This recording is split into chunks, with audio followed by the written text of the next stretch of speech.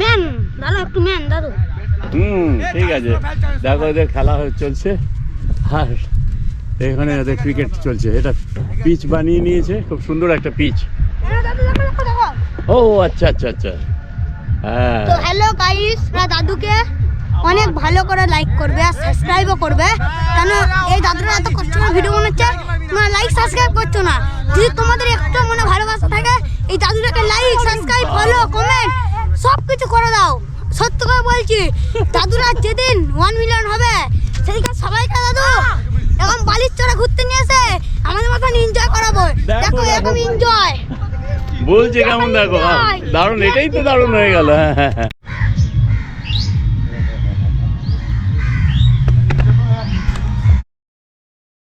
6 জানুয়ারি 2026 আমরা একটা local tour করে আসছি। লোকাল ট্যুরটা করার দরকার আছে, ঘরে ভালো লাগছে না, মন্দারমণি বলে রেখেছি, ওটা যেতে হবে। কেমন লাগছে? বেরোতে পারলেই ভালো। হ্যাঁ, আমার তো একদম ঘরেতে ভাল লাগে না, যত বেরোই। আর এরম বেরিয়ে বেরিয়ে এমন নেশা করে দিয়েছে না, আর ঘরে থাকলেই তখন মনে হয় যেন একদম দম বন্ধ হয়ে আসছে। সময় নষ্ট করছি না, চলো এইদিকে বেরিয়ে যাই। লোকাল যাবো, খুব বেশি দূরে যাব না, অথচ একটা খুব সুন্দর পরিবেশ, সেটা দেখবো। ট্রিপে 0 করে নিচ্ছি। দুপুর 12টা বেজে 6 মিনিট। আজকে 6 জানুয়ারি 2026। কুয়াশাচ্ছন্ন একটা দিন, রোদ উঠেছে, সবই ঠিক আছে। ও আজকে যাচ্ছি আমরা গৈতানপুর পিকনিক স্পট। খুব সুন্দর একটা দেখার জিনিস আছে, আমার জানা ছিল না। এই বীরহাটা পেরিয়ে গেলাম। এই ডান দিকে মাকার মাঠ বলতো, আগে সার্কাস মাঠ বলতো, এখন মেলার মাঠ বলে। এবছর শীতটা যেন একটু বেশি পড়েছে মনে হচ্ছে, মানে অন্যবার এতটা থাকে না, এতটা ঠান্ডা যেন মানে বর্ধমানেই কাঁপিয়ে দিচ্ছে। ডান দিকে চলে যাব, সোজা গেলে সদরঘাট, NH-19 ওপরে চলে গেল। এখন প্রচুর ভিড় হয় এই জায়গাটায়। ওই যে বাঁদিকে ওই কর্নারে প্রথম দেখা যাবে না এখন, যে এই ধরে নিলাম NH-19 পাশে সার্ভিস রোডটা, পেছনে কোনো লোক নেই, এই সরু রাস্তা, এখানেও ব্যাক করবে। এই সার্ভিস রোড থেকে এবার হাইওয়েতে উঠে গেলাম।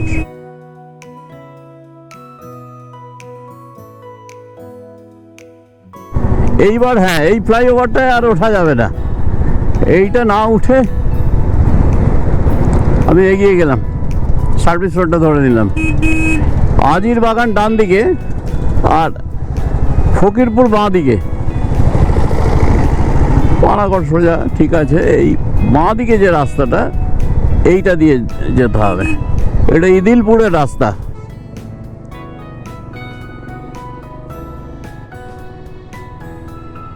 সুন্দর কাজ চলছে।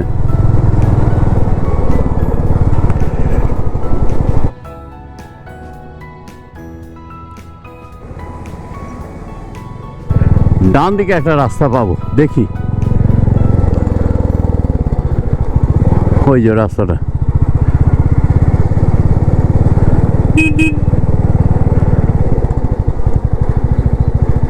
সোজা গেলে ইদিলপুর, দামোদরের ধারে, আর আমরা ঢুকে গেলাম এইদিকে, যাব গৈতান।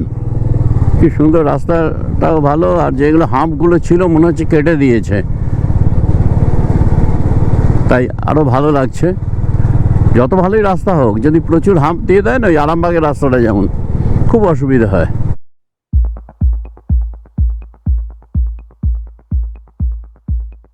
আমরা চরমারা যাচ্ছি, বাঁ দিকে সদরঘাট, ডান দিকে বেলকাস, ওপর দিয়ে আমাদের উঠতে হবে এখন।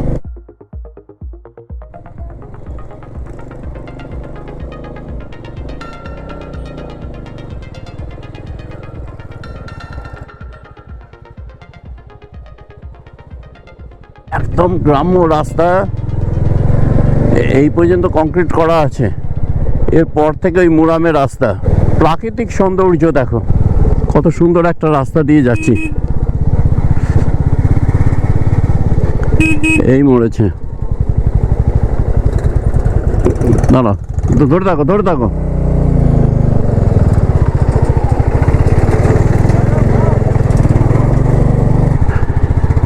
সুন্দর একটা পথ, সবসময় তো শহরাঞ্চল দেখাচ্ছি, সুন্দর দেখাচ্ছি, চলো একটা গ্রামের মধ্যে কোথায় যাওয়া যায় দেখা যাক। ধরে থাকো ধরে থাকো।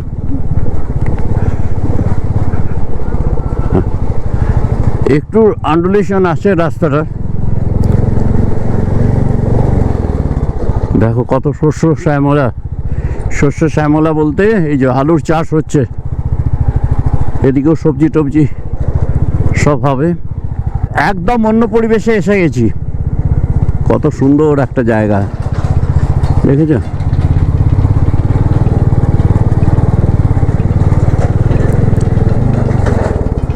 ট্রাক্টরের পেছনে গিয়ে লাভ নেই, একটু দাঁড়াই, একটু নামো। হ্যাঁ একটু এগিয়ে যাক, ওরা এত সুন্দর একটা রাস্তা, এখানে একটু দাঁড়ানো যাক।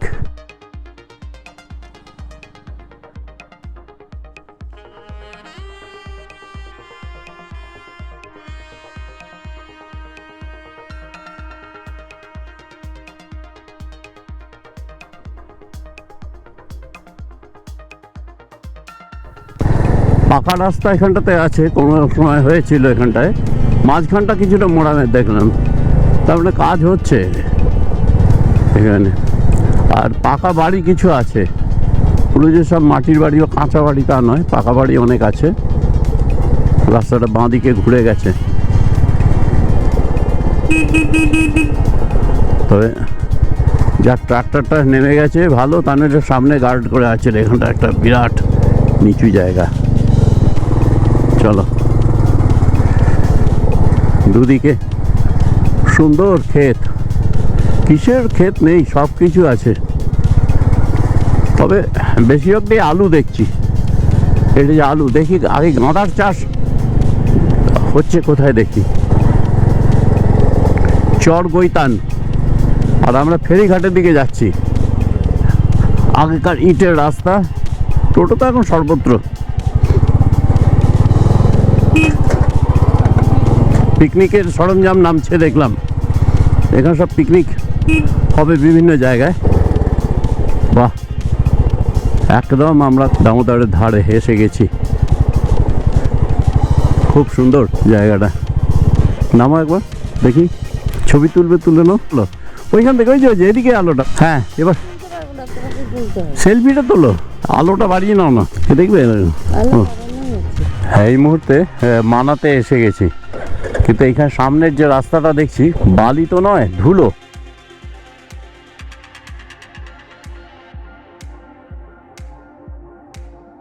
গাঁদা আছে, পেয়ারা আছে, আরও কি কি গাছ সব ভেতরে আছে।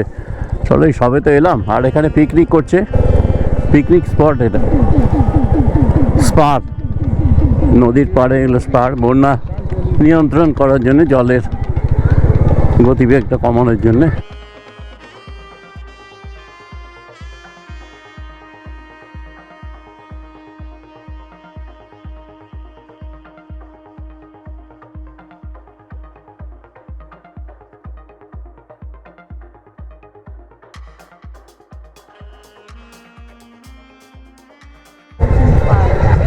আচ্ছা, ওইখানে দেখা যাচ্ছে পিকনিক করছে, আর আমরা এসছি এই জায়গাটাতে,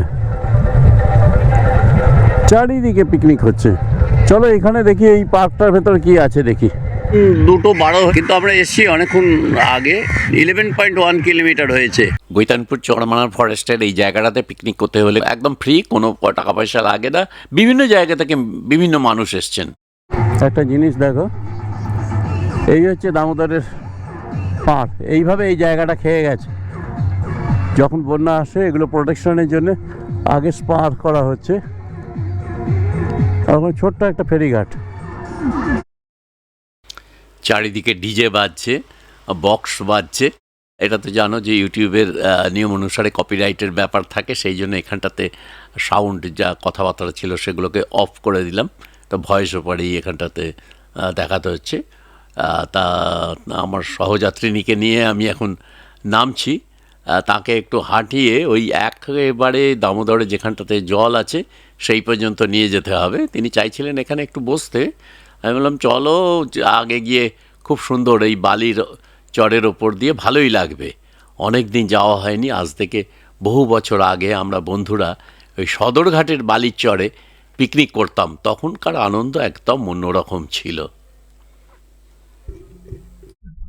আমরা এখন মানাতে বসে আছি, আর পাশ দিয়ে বয়ে চলেছে দামোদর নদী দামোদরের চরেতে।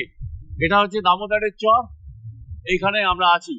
ও টুপিটা খুলি, টুপিটা খুলে যাও। এই যে 1:21 বাজে, 1:21 বাজে, ঠান্ডা হাওয়া। হ্যাঁ, না রোদটাও আছে, বেশ রোদ আছে।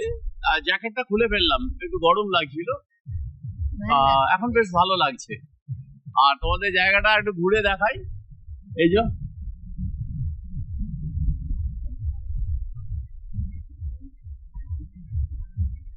ঠিক ওইখান থেকে এসেছি।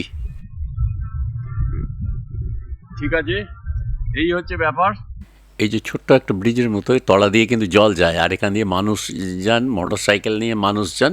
দিয়ে এইখানে বালির মধ্যেই কিন্তু একটা রাস্তা করা আছে, কংক্রিটের রাস্তা দেখাচ্ছি। কিন্তু এখানে নিয়ম হচ্ছে মোটর সাইকেলে যদি মানুষ থাকেন তাহলে সেটা নিয়ে যাওয়া হবে, শুধু মোটর সাইকেল নিয়ে যাওয়া যাবে না। এই যে এই রাস্তাটা বালির মধ্যে কংক্রিট রোড, এটা একদম সোজা জলের কাছে যাচ্ছে।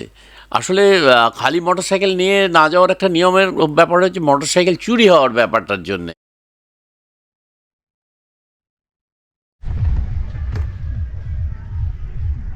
আমরা আছি এখন গৈতানপুর মানাতে। মানার ছবিটা দেখাচ্ছি, ওই দূরে পেছনে আমাদের যেটা দেখা যাচ্ছে ওইখানে মোটর সাইকেল আছে। এইখানে একটুখানি জলের যে ফ্লোটা আছে, আর পুরোটাই ড্রাই, মানে আমরা বেডেতেই আছি। খুব সুন্দর জায়গাটা, তো ভালো লাগছে খুব। ওই জায়গাটা দেখে মনে হ্যাঁ। হচ্ছে দীঘার ঝাউ গাছের মতন দেখতে লাগছে ফার্স্ট দূর থেকে।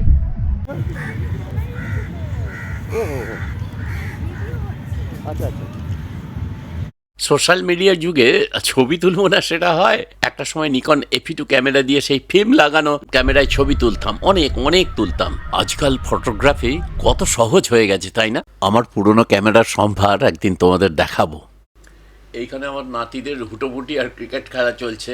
আর একটা জিনিস দেখো, এখানে কত আবর্জনা, কত কাগজপত্র কি নোংরা করে গেছে মানুষজন। যেহেতু এখানে ফ্রি, এখানে কোনো টাকা পয়সা লাগে না পিকনিক করতে। ঠিক দেখো পাশাপাশি এই জায়গাটা কত সুন্দর সাজানো। এইখানটাতে সামান্য কিছু লাগে, খুব একটা বেশি কিছু লাগে না। আমি কথা বললাম, ওনারা বলছেন আসুন না, খুব বেশি কিছু লাগে না। কিন্তু এখানে তোমার রান্না করার জায়গা, তুমি বাগানের মধ্যে সব জল পাবে, তোমার বাথরুম আছে, মানে টয়লেট আছে, সব কিছুই পাবে। কত সুন্দর দেখো জায়গাটা। এরই মধ্যে, একই জায়গার মধ্যে, এখানে কোনো ব্যক্তিগত মালিকানায় হয়তো এইটা প্রতিষ্ঠা হয়েছে। পাশে একটা মন্দিরের মতো আছে, মানে সবাইকে স্যাটিসফাই করার জন্য যা যা ব্যাপার থাকে তাই আছে। আর আমাদের তো যা কাজ, ক্যামেরা স্টিক নিয়ে, গোপ্রো নিয়ে আমরা নেমে পড়লাম জঙ্গলের মাঝে।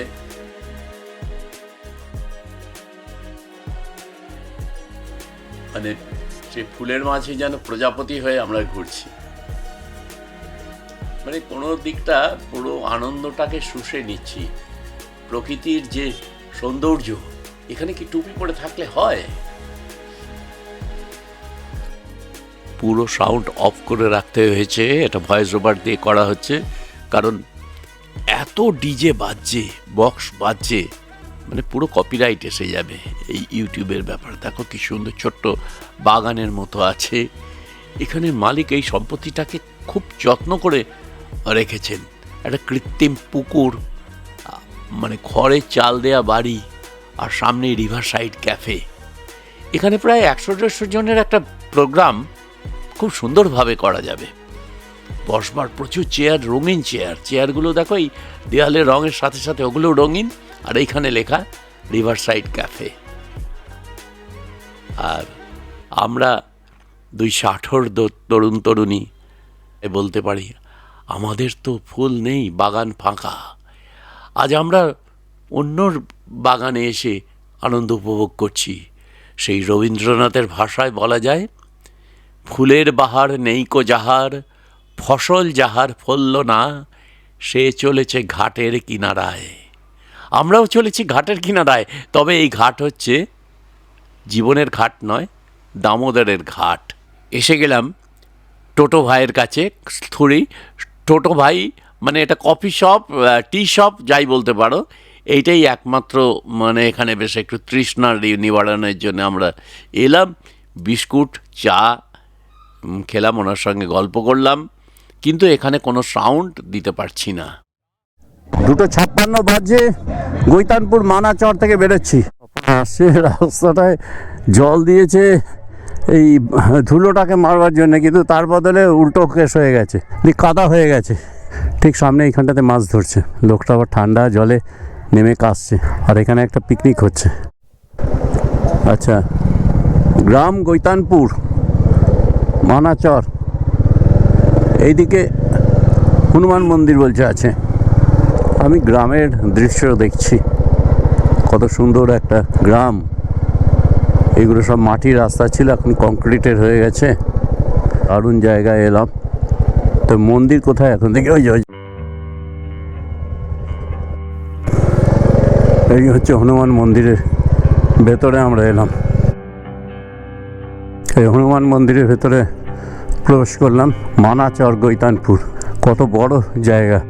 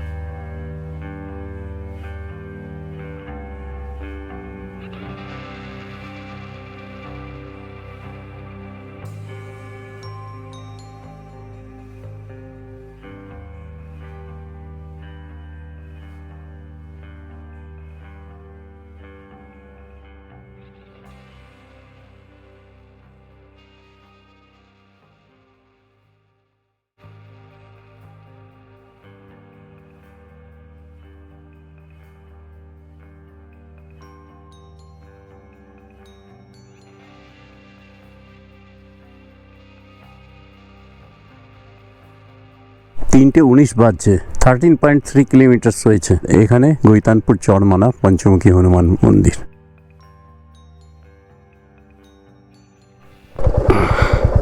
একটু বেঁচে না সামান।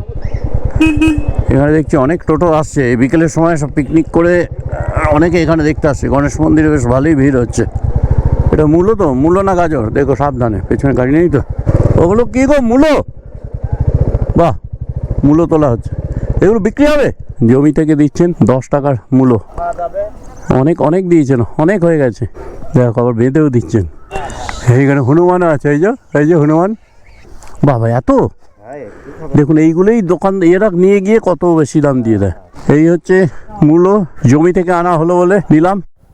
আবার এই পথেই যেতে হলো। এই কটা ঘুড়ি ধরলি, সিঙ্গাড়া নিয়ে নাও। এই বেড়ের মোড়ের কাছে এই মিষ্টির দোকানটা খুব ভালো, বর্ধমানের। দেখো গরম সিঙ্গাড়া তৈরি হচ্ছে, খুব টেস্টফুল সিঙ্গাড়া। আজকে সিঙ্গাড়া নিয়ে গিয়ে না বাড়িতে মুড়ি দিয়ে তেল দিয়ে বেশ ভালো করে মেখে বেশ একটু খাওয়া হবে। চলো আমরা বেরিয়ে পড়ি। ঘড়ির কাঁটা এখন 4:20 হয়নি। 26.6 কিলোমিটার হলো, 4:22 বাজছে।